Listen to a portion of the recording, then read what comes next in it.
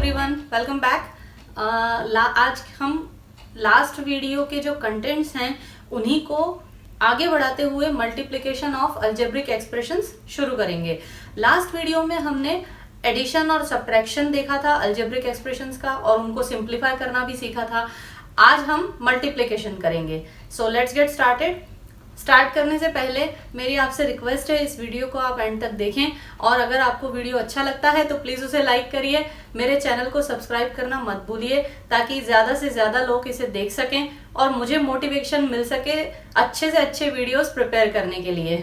तो और bell button को भी हिट करना मत भूलिएगा ताकि आपको मेरे अगले वीडियो का नोटिफिकेशन जल्दी ही मिल जाए। सो स्टार्ट करते हैं हमारा आज का topic, multiplication of algebraic expressions. सबसे पहले हम मल्टीप्लिकेशन को समझने के लिए कुछ पैटर्न्स देखते हैं, उनके थ्रू हम मल्टीप्लिकेशन को समझेंगे और फिर हम एक एक स्टेप आगे बढ़ेंगे। एक पैटर्न है हमारे पास जिसमें कि 4 कॉलम हैं और 3 रोज हैं। रोज हैं 3 और कॉलम हैं 4। तो हमें इनको काउंट करने के लिए हम चाहे तो टोटल ऐसे ही काउंट कर सकते हैं, लेकिन अगर फिगर बहुत बड़ा हो, रोज बहुत ज्यादा हो और कॉलम्स भी बहुत ज्यादा हो तो हम उन्हें मैनुअली काउंट नहीं कर सकते। तो इसीलिए मल्टीप्लिकेशन बनाया गया है कि हम रोज और कॉलम्स उनको देखकर और उनका मल्टीप्लिकेशन करके, या हम इसे ऐसे भी लिख सकते हैं, हम ओवरऑल जो कंटेंट है उनका रिजल्ट निकाल सकें। That will be 12। अब एक दूसरा पैटर्न देखते हैं।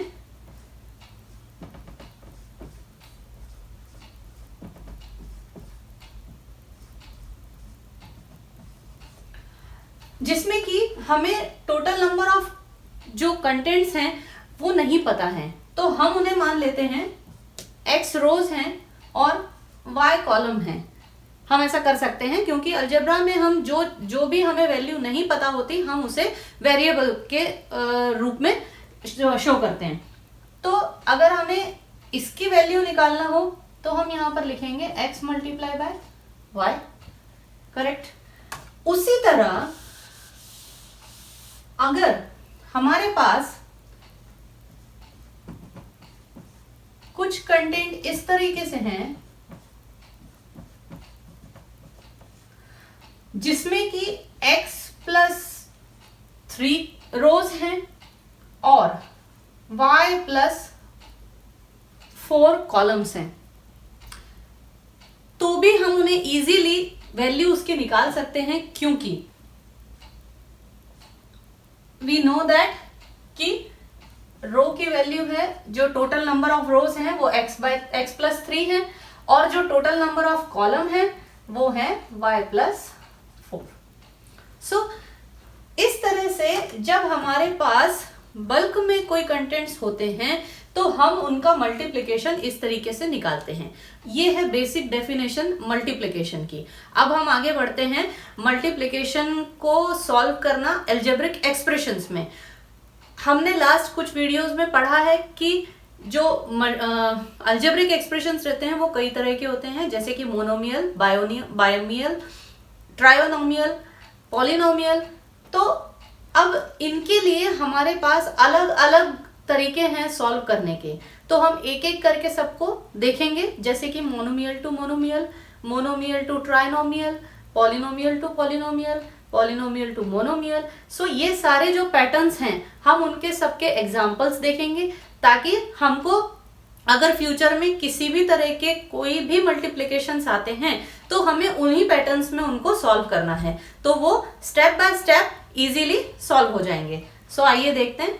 सबसे पहले हम जानते हैं कि इफ वी हैव 5x, अगर हमारे पास ये टर्म है, so what does that mean. हम इसे कुछ इस तरह से लिख सकते हैं।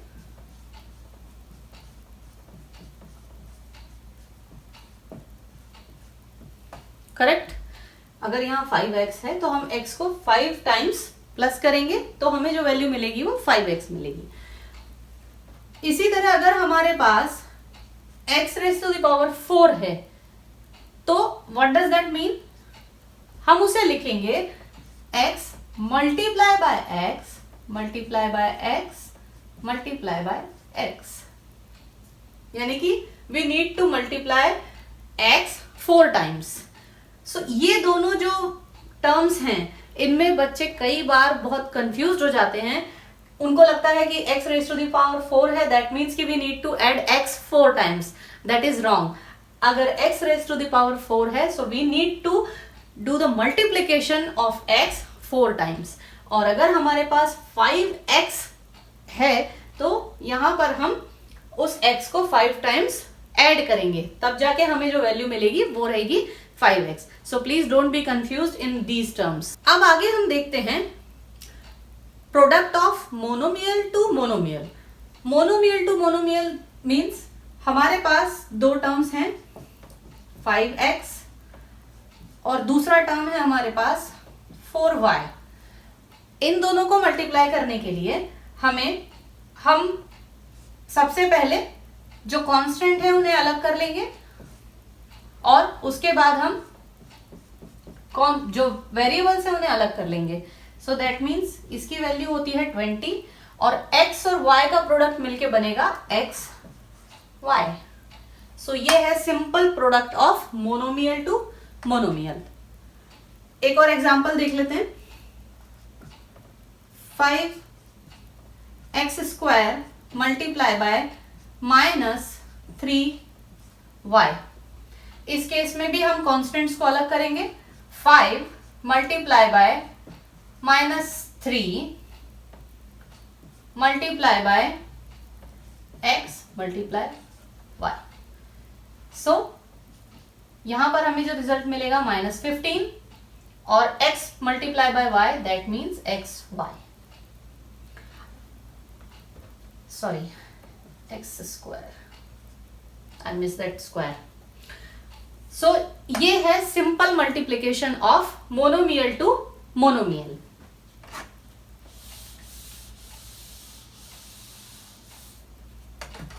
एक और छोटा सा एग्जांपल देख लेते हैं। अगर हमारे पास है 4x raise to the power 4 multiply by 2x raise to the power 5। इस केस में जो मल्टीप्लीकेशन होगा वो भी हम कांस्टेंट अलग करेंगे। अब यहां पर x raise to the power 4 multiply by x raise to the power 5।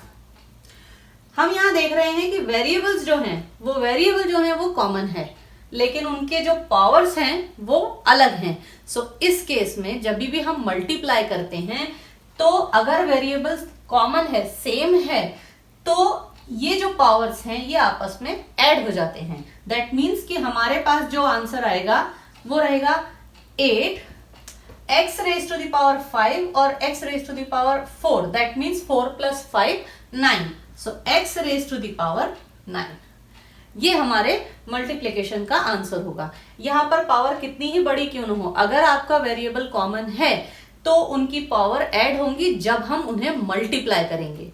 सो ये एक बेसिक रूल है जो आपको ध्यान में रखना है। अब नेक्स्ट जो हम सीखेंगे वो रहेगा multiplication of binomial by a monomial. Binomial means जिसमें कि जिस एक्सप्रेशन में दो टर्म्स होते हैं और मोनोमियल मीन्स एक टर्म होते हैं। तो उसके लिए भी हम एग्जांपल्स देख लेते हैं। 3x ये एक मोनोमियल है और इसका जो मल्टीप्लिकेशन हो रहा है वो हो रहा है 4y + 2। ये एक बायनोमियल है जिसमें कि दो टर्म्स हैं, आप देख सकते हैं। अब हमें इनका प्रोडक्ट निकालना है। मोनोमियल टू मोनोमियल में तो हम डायरेक्टली कांस्टेंट टू कांस्टेंट अलग करके और वेरिएबल टू वेरिएबल अलग करके उनको हम इजीली मल्टीप्लाई कर सकते हैं। बट जहां पर यहाँ एक साइड में एक ही टर्म है और दूसरी तरफ दो टर्म्स हैं, तो उसके लिए जो प्रोसीजर है वो अलग है।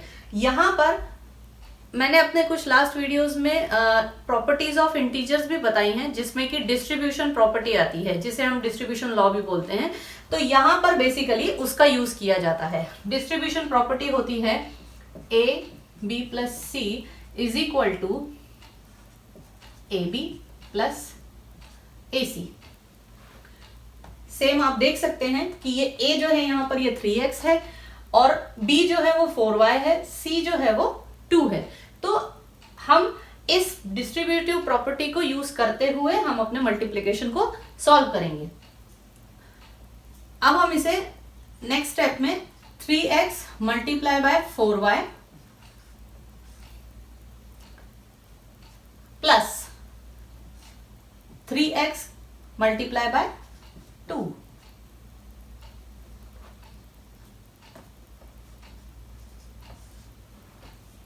ये रहेगी हमारी नेक्स्ट स्टेप।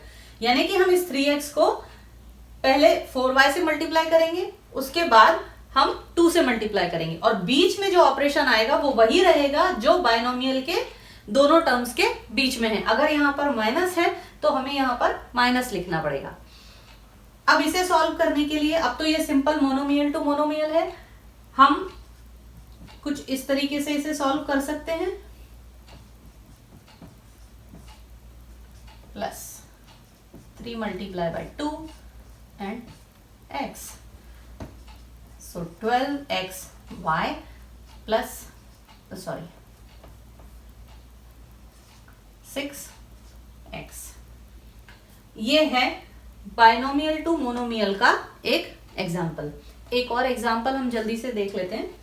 -2xy ये एक मोनोमियल है और दूसरा है 6x माइनस 2y, ये एक बाइनोमियल है और ये एक मोनोमियल है।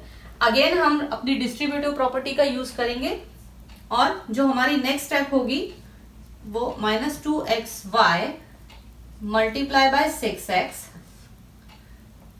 माइनस, यहां पर हमारे पास माइनस का ऑपरेटर है तो हमें यहां पर वही यूज करना पड़ेगा। -2xy multiply by 2y। सो जो नेक्स्ट स्टेप होगी, कॉन्स्टेंट्स को अलग करना और वेरिएबल्स को अलग करना। -2 multiply by 2 and xy multiply by y। सो इसे सॉल्व करके हमारे पास आएगा -12। जब xy का x में मल्टीप्लाई होगा तो x और x कॉमन है, हम इसे इस तरीके से भी लिख सकते हैं, x multiply by y multiply by x। तो ये x और ये x मिलकर होगा x² और y। सो हम इसे इस तरीके से लिखेंगे x² y, क्योंकि अभी ही लास्ट एग्जांपल में मैंने बताया था कि अगर वेरिएबल कॉमन है और उनके ऊपर कुछ पावर्स हैं, अब अगर इसके ऊपर हम पावर देखेंगे तो बाय डिफॉल्ट पावर 1 है। सो 1 power of x and 1 power of x, that means that will be 2। So x² and y। Again minus operator, यहां पर ये रहेगा -4, सो माइनस और माइनस हो जाएंगे प्लस 4 और xy, यहां पर y 2 बार है जिसकी की पावर 1 और 1 है, तो हमें जो रिजल्ट मिलेगा वो मिलेगा xy²। सो ये है हमारा बाइनोमियल टू मोनोमियल का एक एग्जांपल नेगेटिव साइंस के साथ। तो आई होप कि आपको क्लियर हो गया होगा कि नेगेटिव जो साइन है उनके साथ हमें किस तरीके से उसको ट्रीट करना है और पावर्स को भी हमें मल्टीप्लिकेशन में ऐड करना है। अब जो एग्जांपल देखेंगे हम वो रहेगा binomial to a trinomial. Binomial में 2 टर्म्स होते हैं और ट्राइनोमियल्स में 3 टर्म्स होते हैं, और जब 3 से ज्यादा बढ़ जाते हैं टर्म्स तो हम उन्हें पॉलिनोमियल बोल सकते हैं। तो जब हम ये एग्जांपल देखेंगे तो आप जिस तरीके से बाइनोमियल टू ट्राइनोमियल सॉल्व कर पाएंगे उसी तरीके से आप किसी भी पॉलिनोमियल टू पॉलिनोमियल को भी सॉल्व कर पाएंगे, क्योंकि जहां 2 और 3 टर्म्स हैं वहां अगर 4 भी आते हैं तो प्रोसीजर सेम ही रहेगा, सिर्फ आपके स्टेप्स ज्यादा रहेंगे। सो आइए देखते हैं बाइनोमियल टू ट्राइनोमियल का प्रोडक्ट। एक एग्जांपल लेते हैं। 3x प्लस 2y, ये एक हमारा बाइनोमियल है, इसका जो प्रोडक्ट है वो है 4x minus 5y plus 3z। ये एग्जांपल है, ये हमारा ट्राइनोमियल है। अब अभी तक हमने मोनोमियल टू मोनोमियल देखा, मोनोमियल टू बाइनोमियल भी देखा। अब हम देख रहे हैं कि हमारे दोनों ही जो टर्म्स हैं या दोनों ही जो प्रोडक्ट की जो कंटेंट हैं वो हमारे एक से ज्यादा हैं दोनों तरफ, तो हमें उन्हें यूज करने के लिए अगेन डिस्ट्रीब्यूटिव प्रॉपर्टी ही लगेगी, क्योंकि हमें इन दोनों को डिवाइड करना पड़ेगा, हमें इन दोनों को ब्रेक करना पड़ेगा। आइए वो कैसे होगा देखते हैं। फर्स्ट जो स्टेप होगी उसमें हम इस 3x को इस सारी टर्म्स से मल्टीप्लाई करेंगे, उसके बाद हम इस टर्म को इस सारे से मल्टीप्लाई करेंगे। कैसे, मैं आपको लिखकर बताती हूं। 3x multiply by this whole 4x minus 5y plus 3z।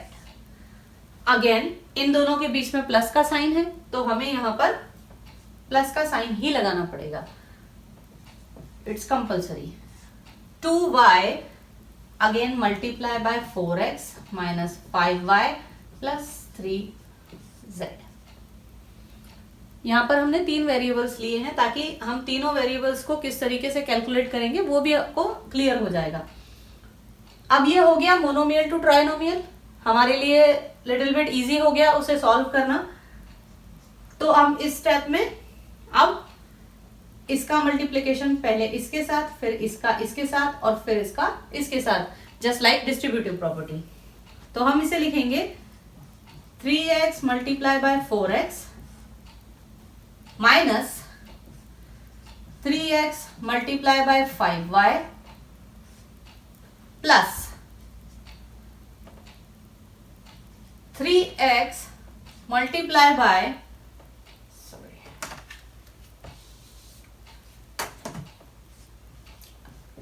Multiply by 3z।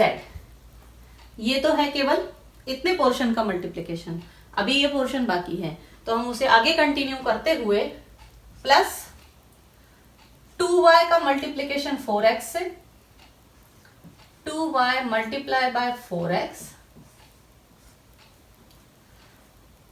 Minus 2y multiply by 5y, और लास्ट जो स्टेप है वो होगी plus 2y multiply by 3z।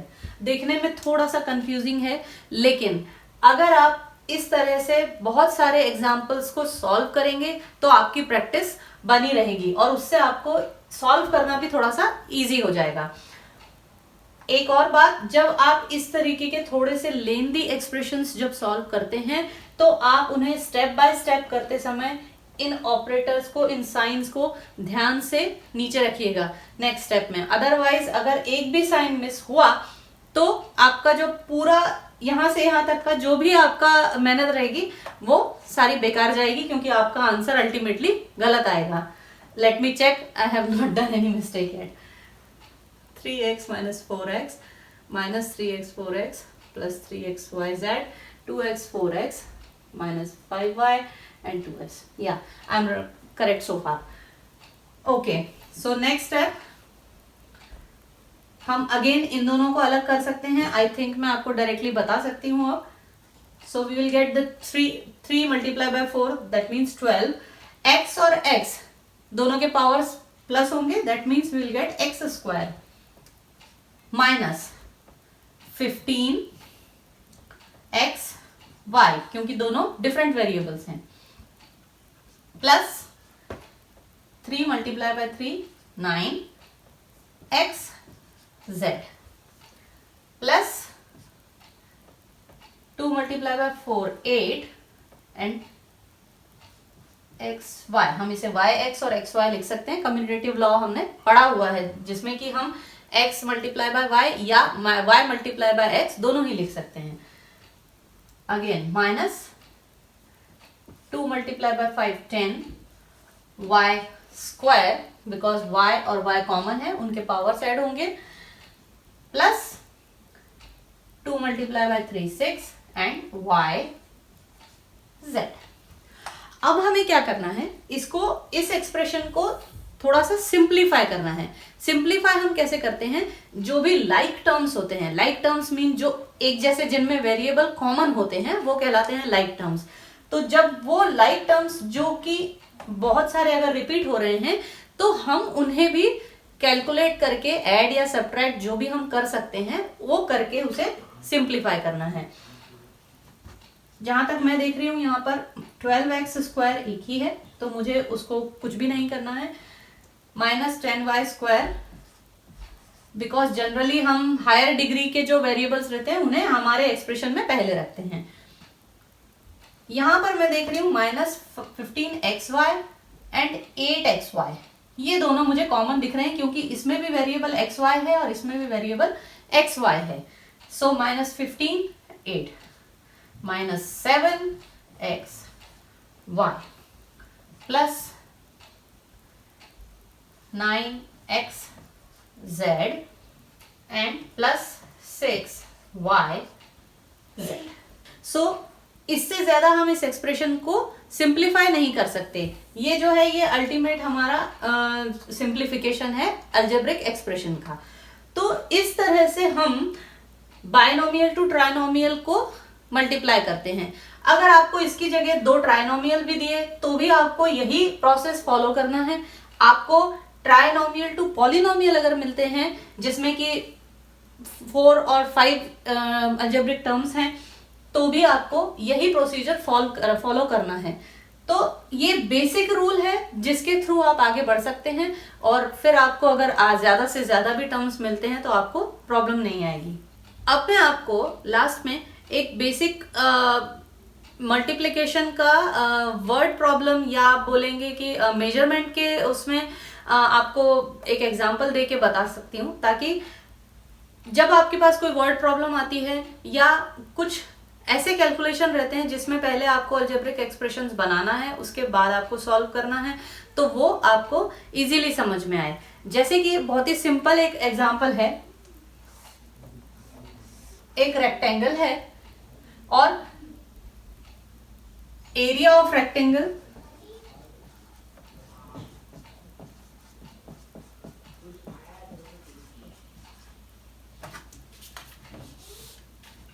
is equal to L by width, L for length, W for width। ये है हमारा एक rectangle जिसकी की लेंथ L है और विड्थ है W। अब ये 2 वेरिएबल हैं, हमें नहीं पता हमारे रेक्टेंगल की जो विड्थ है और लेंथ है वो क्या है, पर अगर मैं आपसे ये कहूं कि इस रेक्टेंगल की लेंथ हमने इंक्रीज की 3 सेंटीमीटर से और इसकी जो विड्थ है वो हमने कम की 2 सेंटीमीटर से, इट्स पॉसिबल राइट। तब उस केस में आपका जो एक्सप्रेशन रहेगा वो क्या होगा।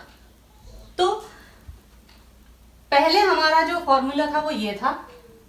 अब अगर हमारी जो लेंथ होगी वो होगी L प्लस 3, बिकॉज हम यहां पर उसकी लेंथ बढ़ा रहे हैं, प्लस 3 मल्टीप्लाई बाय, बिकॉज हम एरिया निकाल रहे हैं।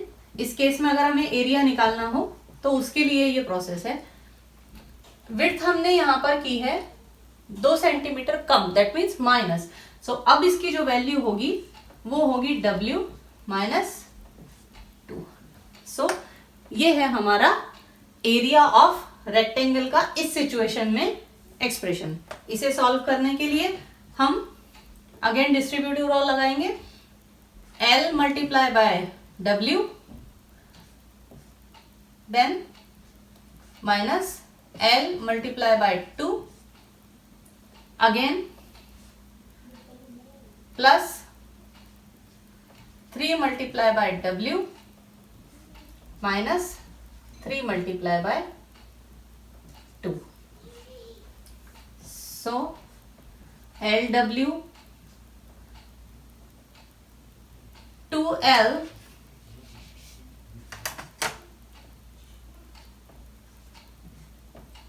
plus 3W minus 6.